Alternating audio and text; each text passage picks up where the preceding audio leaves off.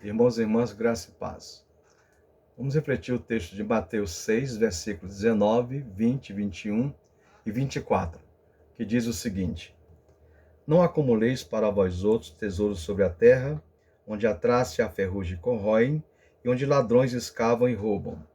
Mas ajuntai para vós outros tesouros no céu, onde traça nem ferrugem corroem, e onde ladrões não escavam nem roubam. Porque onde está o teu tesouro, aí estará também o teu coração. Ninguém pode servir a dois senhores, porque ou há de aborrecer-se de um e amar ao outro, ou se devotará a um e desprezará ao outro. Não podeis servir a Deus e a Mamon. Esse texto faz parte do Sermão do Monte, irmãos e irmãs. Jesus havia ensinado sobre como dar esmolas, como orar, como jejuar.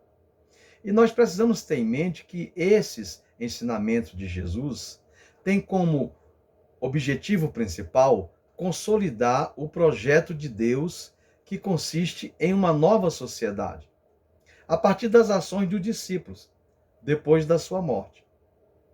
O que preocupa Jesus nesse momento é que ele sabe que o grupo dos discípulos vai crescer numericamente.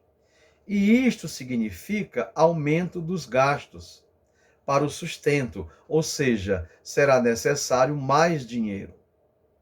Por isso, ele precisa falar sobre dinheiro, riqueza, tesouros. Ele precisa orientar seus discípulos sobre a complexidade que envolve a relação do homem com o dinheiro, que muitas vezes assume um caráter divino. E Jesus chega a essa conclusão ao observar a busca pelo poder e pelas riquezas do clero da época, dos religiosos da época. Ele sabe que na sociedade em que ele vive, a influência política e as riquezas define quem é o indivíduo, define quem é a pessoa. Pois a Palestina, do tempo de Jesus, está dividida em estratos sociais e muito bem definidos. Existem os ricos, existem os pobres, os miseráveis, os escravos, o cidadão livre, os homens, as mulheres, as crianças e etc. Portanto, é fundamental, na opinião de Jesus, que ele oriente seus discípulos sobre como estes devem se relacionar com as riquezas. Ora, até aquele momento, irmãos e irmãs, o grupo Jesus e os discípulos sobrevive de pequenas doações voluntárias e da ajuda financeira de um grupo de mulheres que segue Jesus. De acordo com Lucas 8, do 1 ao 3, Jesus andava de cidade em cidade, de aldeia em aldeia, pregando, anunciando o evangelho. E com ele iam os discípulos, mas também algumas mulheres que haviam sido curadas de espíritos malignos e de enfermidades. Lucas cita Maria Madalena, Joana, mulher de Cusa, que é um procurador de Herodes Antipas, Susana e muitas outras mulheres. E essas mulheres prestam assistência a Jesus e aos discípulos com seus bens. Ora, o versículo 19 diz o seguinte: Jesus começa então seu ensino dizendo que nós não devemos acumular tesouros sobre a terra. Né? Por quê? Porque acumular tesouro, e aí é importante nós termos em mente o seguinte: quando Jesus diz não acumular tesouro, ele não está se referindo aos tesouros no sentido tradicional. Mas acumular tesouro, na concepção de Jesus, é acumular riquezas.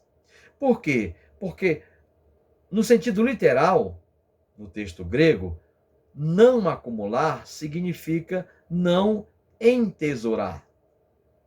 Essa era uma prática comum, na época de Jesus, e considerada como um indicador de status social, de credibilidade, muito parecido com o que algumas pessoas pensam hoje.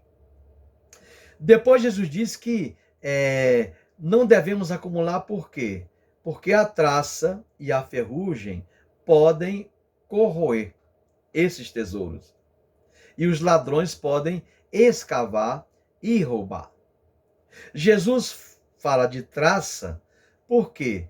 Porque os tesouros orientais incluíam roupas, vestimentas, né, de grande valor. E a traça poderia danificar. Quando Jesus fala de ferrugem, ele não está se referindo à corrosão comum, como nós conhecemos. Por quê? Porque no grego, ferrugem refere-se também a mofo ou bolor, ou seja, tudo aquilo que pode apodrecer algo ou alguma coisa. Quando Jesus então fala sobre os ladrões, vem à sua mente a ideia que os gregos têm dos ladrões. Os gregos chamavam de ladrões os que escavam a lama. Por quê? Porque geralmente as paredes das casas da Palestina eram feitas de barro, um tipo de lama seca ao sol, como se fosse um tijolo cru. Então, essas paredes eram facilmente escavadas pelos ladrões que entravam e roubavam os tesouros ali acumulados, ali guardados. Agora, o que Jesus quer nos ensinar, irmãos e irmãs, é que acumular tesouros, acumular bens materiais na terra, tipifica negligência à vontade de Deus. Porque somente em Deus nós devemos confiar plenamente. Ele também quer nos dizer, quer nos ensinar, que juntar tesouros, acumular riquezas, é uma atitude fútil, ou seja, uma atitude inútil. Por quê? Porque a terra é lugar de decomposição, onde a traça ameaça os tecidos, as vestes caras, e a ferrugem ameaça o metal. Jesus quer dizer também que, além da futilidade e da decomposição natural do tesouro na terra, existe sempre a possibilidade real dos ladrões roubarem esse tesouro. Portanto, irmãos e irmãs, para Jesus, nós não podemos depositar nossa segurança nas riquezas materiais, no tesouro na terra.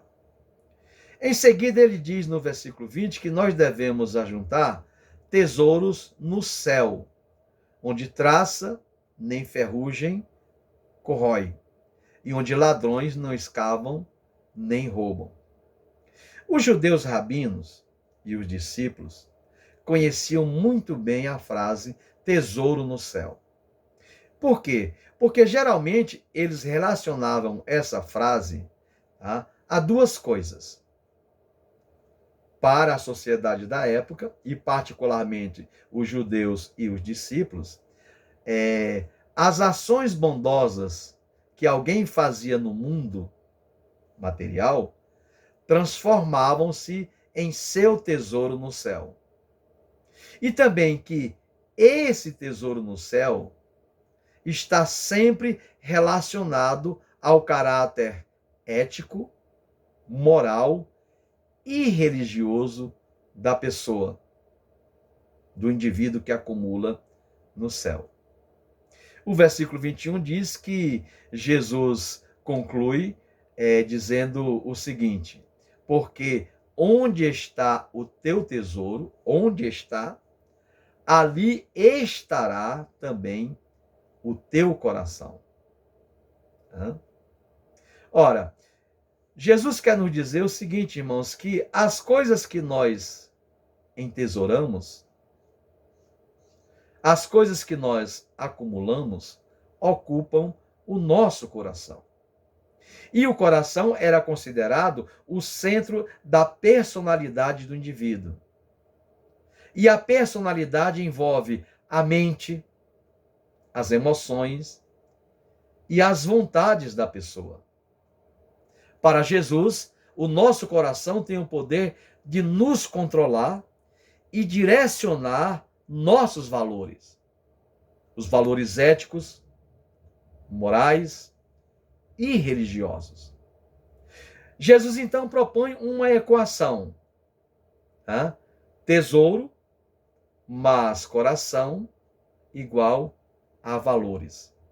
Não dá como separar o nosso tesouro do nosso coração. E o que ele quer nos ensinar, irmãos e irmãs, é que se tudo que valorizamos está na terra, se tudo que alguém valoriza está na terra, não existe interesse nenhum por parte dessa pessoa em outro mundo, a não ser este.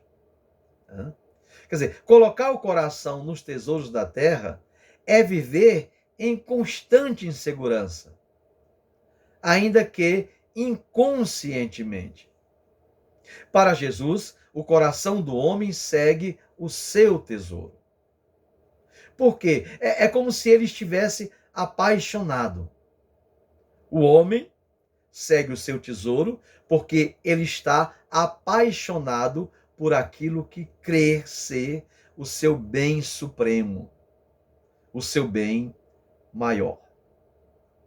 O versículo 24 afirma que, segundo Jesus, ninguém pode servir a dois senhores, porque ou há de aborrecer-se de um e amar ao outro, ou se devotará a um e desprezará ao outro. Para Jesus, não é possível servir a Deus e a Mamon. Ora, irmãos e irmãs, Jesus poderia ter se dado por satisfeito com o ensino anterior, o ensinamento anterior, sobre o tesouro na terra e o tesouro no céu. Mas ele sente que precisa ser mais específico, mais direto. Ora, para alguém que vivia na Palestina de Jesus, essa afirmação do versículo 24 possuía muito mais força e clareza do que para nós hoje. Por quê? Porque no texto original, grego, essa afirmação ela é mais contundente, mais viva, mais penetrante. O verbo utilizado para servir, do laim, significa ser escravo. Trata-se, portanto, de ser escravo de dois amos, dois senhores. É isso que Jesus está dizendo. Além disso, a palavra traduzida por senhor, kyrios, que significa amo absoluto, tem como sentido, no contexto em que é dito, que esse amo é senhor da vida e da morte do seu escravo. Sendo assim, irmãos e irmãs, talvez uma tradução mais exata do texto fosse: ninguém pode ser escravo de dois amos, de dois senhores. Portanto, para Jesus, cada indivíduo, cada pessoa tem que escolher a quem vai amar, a quem vai se devotar e a quem vai desprezar. Resolvendo esse problema, tomando essa decisão, então, ele vai se dedicar integralmente, como escravo, àquele a quem ele escolheu. Jesus conclui, então, o versículo 24, dizendo que ninguém pode servir a Deus e a Mamon. A maioria das traduções bíblicas não trazem a palavra mamon, mamona, trazem riqueza. Agora, mamon é a forma grega de uma palavra aramaica ou hebraica que significa propriedade, riqueza ou possessões. Agora, aqui no texto de Mateus, Mamon personifica a riqueza, como se fosse um ídolo. Ou seja, Mamon é o Deus da riqueza. Esse é o sentido que Jesus está querendo transmitir. Então, Mamon é o Deus do dinheiro, é o Deus da cobiça. Portanto, um rival inconciliável do Deus verdadeiro. Não é possível, segundo Jesus, unir Mamon e o Deus verdadeiro. Porque para Jesus, o indivíduo que cobiça, ele não possui. Ele é possuído por seus bens. Ele é possuído por suas ansiedades. Por isso, no versículo 24, ele proíbe aos discípulos de tentarem viver com lealdades divididas. Ele deixa claro, portanto, irmãos e irmãs, que servir a Deus é incompatível com servir a Mamon, servir às riquezas. O que Jesus quer nos ensinar, irmãos e irmãs, é que a busca excessiva de segurança das riquezas materiais é típico de uma mentalidade pagã. E que a relação antagônica, tesouro na terra e tesouro no céu, deve ser compreendida na perspectiva de dois senhores. Uma chama a outra. Precisamos entender, segundo Jesus, que não se trata de uma simples proposta econômica. A relação com a riqueza envolve, a nossa relação com a riqueza envolve uma dimensão teológica. Pois acumular tesouros na terra, acumular riqueza, é o mesmo que servir a Mamon, o Deus da riqueza, e odiar ao Deus verdadeiro, ou ao verdadeiro Deus. O céu e a terra, aqui, irmãos e irmãs, no texto de Mateus, equivalem a Deus e a Mamon.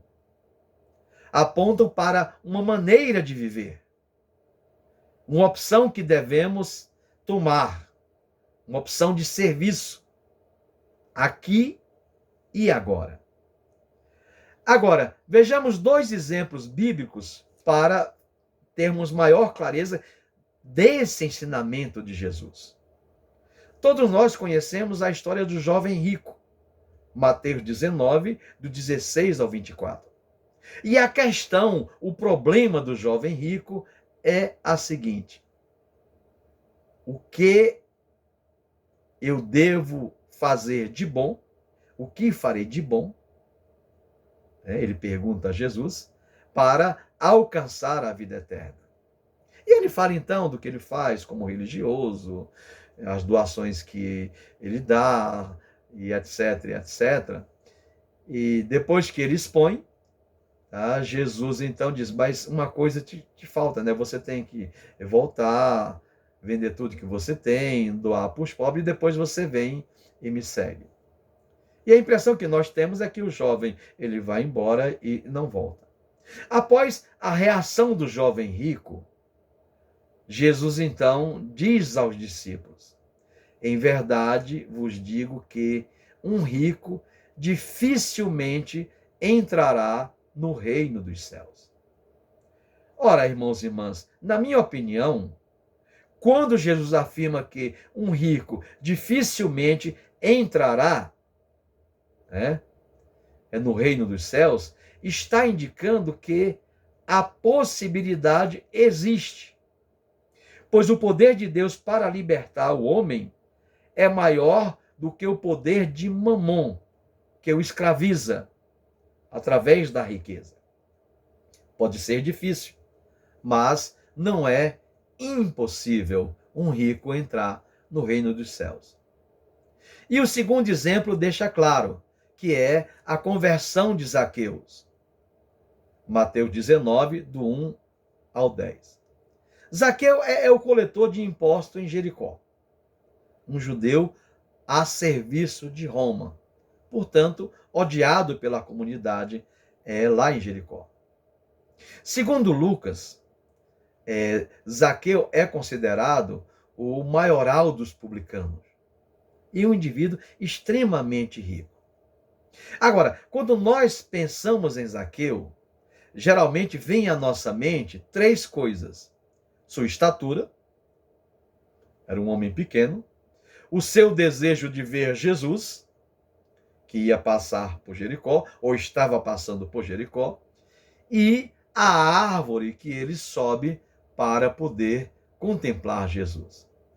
Mas Lucas destaca, ou dá um destaque especial nesse texto, à mudança de vida de Zaqueu.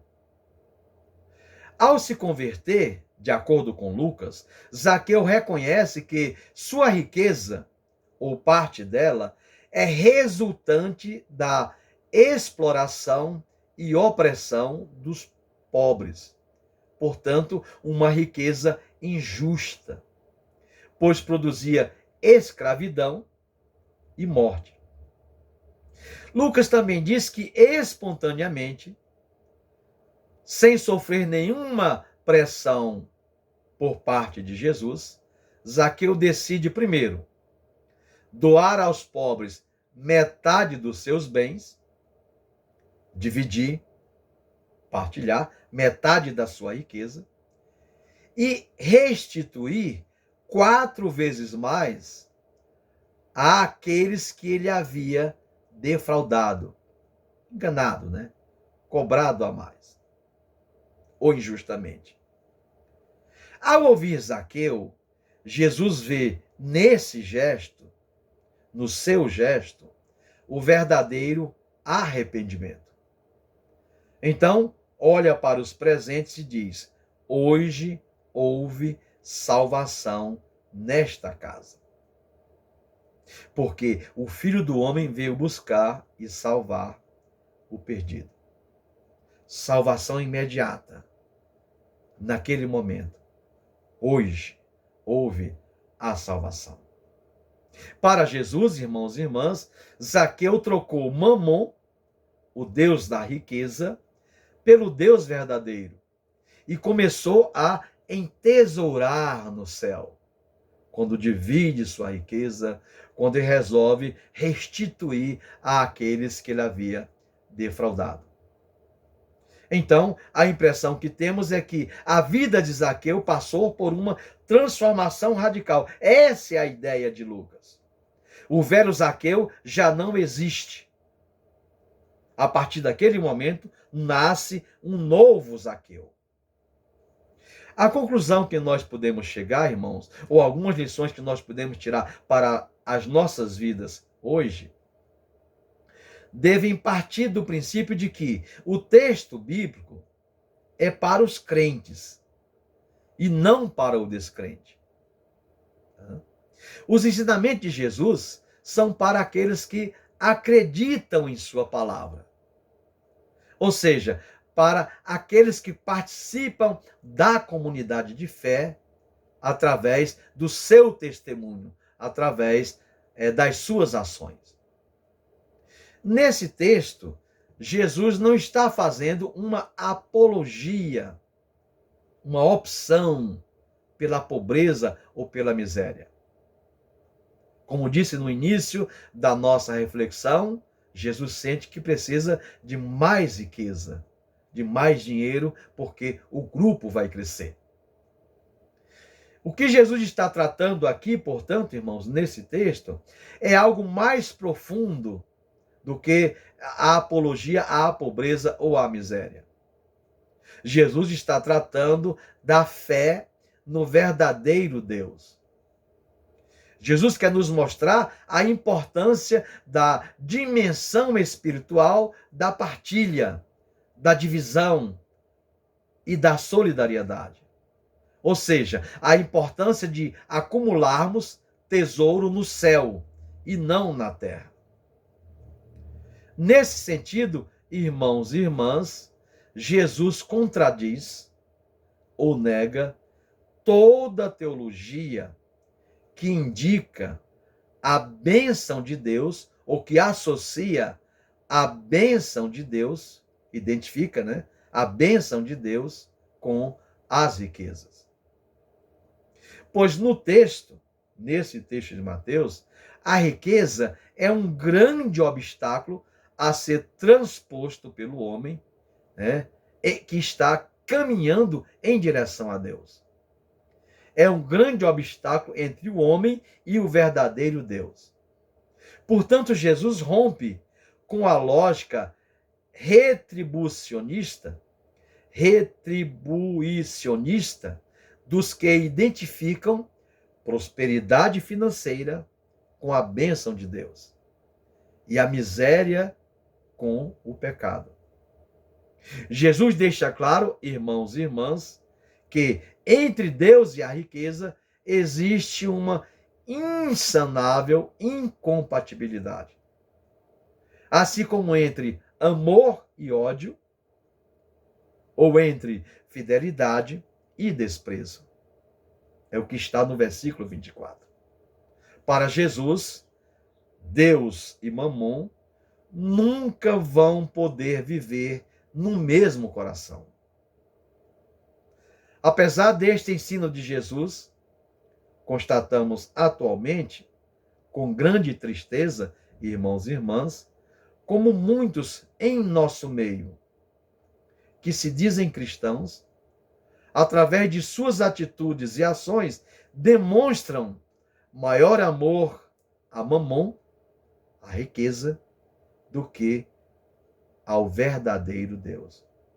É o que eu sinto em algumas celebrações que assisto, que parecem cultuar mais a riqueza, parecem cultuar mais a Mamon do que aos ensinos proféticos de Jesus, nesse texto de Mateus.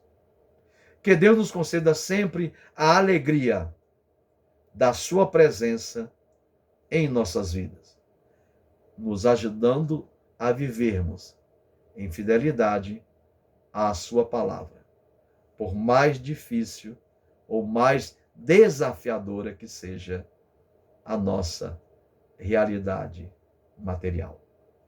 Que Deus seja com todos vocês, hoje e sempre. Amém.